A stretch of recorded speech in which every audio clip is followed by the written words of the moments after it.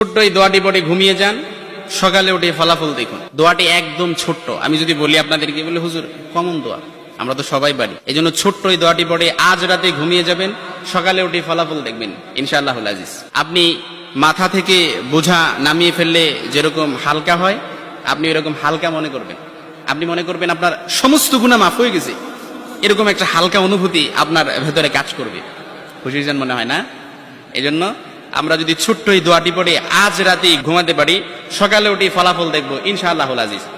আমি যদি আপনাদেরকে হাদিসের টেক্সট শোনাই, হযরত যায়েদ রাদিয়াল্লাহু তাআলা আনহু থেকে বর্ণিত, রাসূল সাল্লাল্লাহু আলাইহি সাল্লাম বলেন, হাদিসের স্পষ্ট নারেশন হচ্ছে, যে ব্যক্তি রাত্রিবেলা 3 বার এই দোয়াটি পড়ে ঘুমিয়ে যাবে, সকালে উঠে আল্লাহ তাআলা তার সমস্ত গুনাহ মাফ করে দিবে।